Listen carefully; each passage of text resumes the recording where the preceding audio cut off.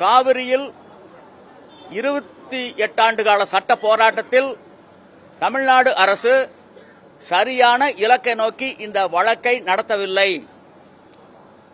ஒரு தவறான தீர்ப்பை பெற்று தந்திருக்கின்றார்கள். இந்த தீர்ப்பை நடைமுறைப்படுத்தவே முடியாது. மொத்தத்தில் காவிரி தீர்ப்பு என்பது ஒரு ஏட்டுச் சுரைக்காய், காணல் நீர் மாயமான். மாதாந்திர அடிப்படையிலான நீர் பங்கீடு என்ற அம்சம் தீர்ப்பில் இடம்பெற்றிருக்கும் வரை கர்நாடகாவினுடைய வடிகாலாகத்தான் தமிழ்நாடு பாண்டிச்சேரி இருக்க வேண்டி வரும். இலக்கு இல்லாம வழக்கு நடத்திட்டாங்க. தினந்தோறும் நீர் பங்கீடு என்ற இலக்கை முன்னிறுத்தி வழக்கு நடத்தி ஒரு தீர்ப்பை பெற்று தந்திருந்தால் கர்நாடக காவிரியில் வரக்கூடிய நீரை தீர்ப்பின் விகிதாச்சாரப்படி தினந்தோறும் பங்கிட்டு அது மேட்டூர் அணைக்கு தமிழ்நாட்டுக்கும் புதுச்சேரிக்கும் உண்டான உரிமை நீர் கொண்டு வந்து சேமிக்கப்படுவதாக இருந்திருந்தால் அந்த விகிதாச்சாரப்படி என்ன விகிதாச்சாரம்? கர்நாடகாவுக்கு 284.75 டிஎம்சி, தமிழ்நாட்டுக்கும் புதுச்சேரிக்கு 177.25 டிஎம்சி, கேரளாவுக்கு 21 டிஎம்சி. ஒரு சொட்டு நீர் கூட தமிழ்நாட்டுக்கும் புதுச்சேரிக்கும் உண்டான உரிமை நீர் கர்நாடக நீர்த்தேக்கங்கள் தேக்கக்கூடாது. அது மேட்டூர் அணையில் மட்டுமே தேக்கப்பட வேண்டும். இப்படிப்பட்ட ஒரு தீர்ப்பை பெற்று தந்திருந்தால் எதுக்கு இரு மாநில உறவு கெடுது? எதுக்கு மோதல் வருது? எதுக்கு இறையாண்மை ஒருமைப்பாடு கேள்விக்குறியாகுது? எதுக்கு மேகதாட்டூல அணைக்கட்டும் என்ன கர்நாடகாவுக்கு வருது? இன்னைக்கு உதயநிதி அவர்கள் சொல்றாங்க, எதிர்க்கட்சி தலைவர், நீங்க கர்நாடக முதல்வரை போய் பாருங்க, நம்ம முதல்வர் பார்க்க விடுங்கிறவங்க. எதுக்கு போய் பார்க்கணும்? தினந்தோறும் நீர் பங்கீடு என்ற அம்சம் தீர்ப்பில் இடம்பெற்றிருந்தால் ஆணையத்தை அணுக வேண்டியதில்லை, கர்நாடக முதலமைச்சரை அணுக வேண்டியதில்லை. இந்த தீர்ப்பு ஒரு தவறான தீர்ப்பு. இதுவரை எப்ப திறந்திருக்காங்க?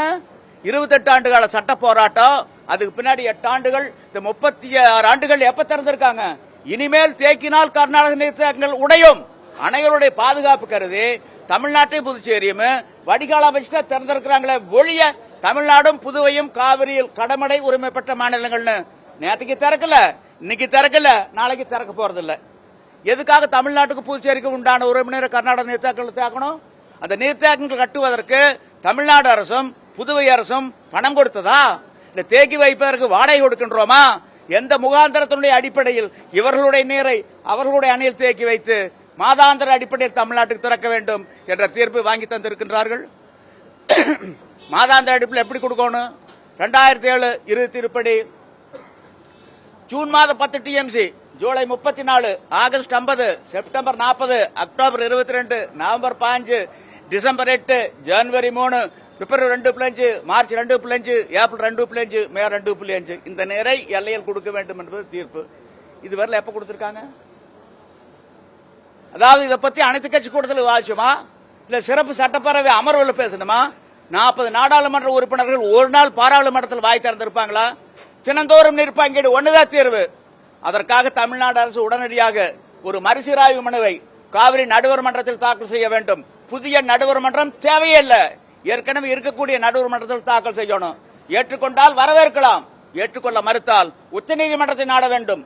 அங்கும் தீர்வு கிடைக்காமல் போனால் 40 நாடாளுமன்ற உறுப்பினர்கள் பாராளுமன்றத்தை முடக்க வேண்டும். இவைகளையெல்லாம் நம்முடைய மாண்புமிகு நீர்வளத்துறை அமைச்சர் என் ஆனந்த் அவர்களிடம் சொல்லி இருக்கின்றோம்.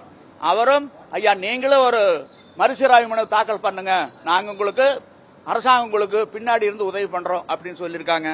விரைவில் நாங்க ஒரு மறுசீராய்வு மனுவை தாக்கல் செய்யவிருக்கிறோம். ஏற்கனவே பாத்தீங்கன்னா அந்த 1924 உடன்படிக்கை 50 வருஷத்துக்கு பின்னாடி 74 புதுப்பிச்சிருக்கணும்.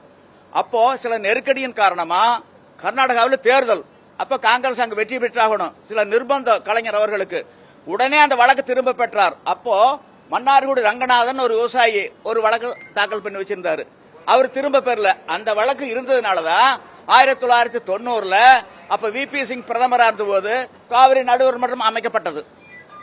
அந்த அடிப்படையில் நாங்கள் ஒரு மனு தாக்கல் பண்றோம்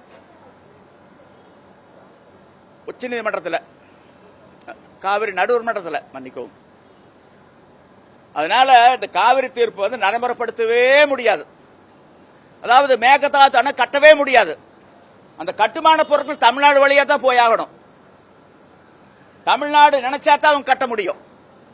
இன்னும் ஆகாயத்தில் கொண்டு வர முடியாது, ஹெலிகாப்டர்ல கட்டுமான பொருட்கள் கொண்டு வர முடியாது. ஆகவே மேகதாது அணை கட்ட முடியாது. வனம், சுற்றுச்சூழல், பருவநிலை மாற்ற அமைச்சகம் ஒப்புதல் கொடுக்கவே கொடுக்காது. அதனால பெரும் பாதிப்பு. 4.25 டிஎம்சி கொள்ளளவுக்கு எதுக்கு 67 டிஎம்சி கொள்ளளவு கொண்ட தண்ணி அணை கட்டணும்? அவங்களுக்கு தேவை பெங்களூரு குடிநீர் 4.25 டிஎம்சி. அதுக்காக தான் கட்டுறோம்ங்கிறாங்க. அதுக்கு அத்தப்பரியான கட்டணும் என்ன நோக்கம்? உள்நோக்கம் என்ன? அதாவது அவங்களுடைய தயவைத்தான் நாடிக்கிட்டு இருக்கணும். இது என்னன்னா மத்தியில் காங்கிரஸ் ஆண்டாலும் பாஜக ஆண்டாலும் அவங்களுடைய நிலைப்பாடு ஒண்ணுதான். அது எந்த அரசா இருந்தாலும் எந்த ஒரு கட்சி மத்தியில் ஆண்டாலும் நிலைப்பாடு ஒண்ணுதான். இதே நிலைப்பாடு தான். தமிழ்நாடு கர்நாடகா ஒற்றுமையா இருக்கக்கூடாது. இவங்க சண்டை போட்டுக்கிட்டே இருக்கணும். மேல இருந்து பஞ்சாயத்து பண்ணிட்டு இருக்கணும். தங்களுடைய ஆளுமை போகக்கூடாது. இதைத்தான் ஒவ்வொரு கட்சி பாஜக நினைக்குது, காங்கிரஸ் நினைக்குது. அதனுடைய வெளிப்பாடு தான் இந்த தீர்ப்பு. இந்த தீர்ப்பு ஒரு தவறான தீர்ப்பு. அதாவது பிரித்தாளுகின்ற சூழ்ச்சியினுடைய வெளிப்பாடு. பிரித்தலும் பேணிக்கொள்ளலும் பிரிந்தார் போர்தலும் வல்லது அமைச்சுன்னு வள்ளுவர் சொல்றாரு. அதைத்தான் செஞ்சுக்கிட்டு இருக்காங்க. ஆங்கிலேயர் என்ன செஞ்சாங்களோ அன்னைக்கு நாட்டை பிடிக்கிறதுக்கு அதையாதான் இன்னைக்கு மத்திய அரசு செஞ்சுக்கிட்டு இருக்காங்க. ஆக இந்த தீர்ப்பு தினந்தோறும் நீர் பங்கீடு என்ற அம்சம் தீர்ப்பில் இடம்பெற்றால் இரு மாநில உறவு மேம்படும், மோதல் போக்குக்கு முற்றுப்புள்ளி வைக்க முடியும், இறையாண்மை ஒருமைப்பாடு வலுப்பெறும். வாழ்த்துக்கள்.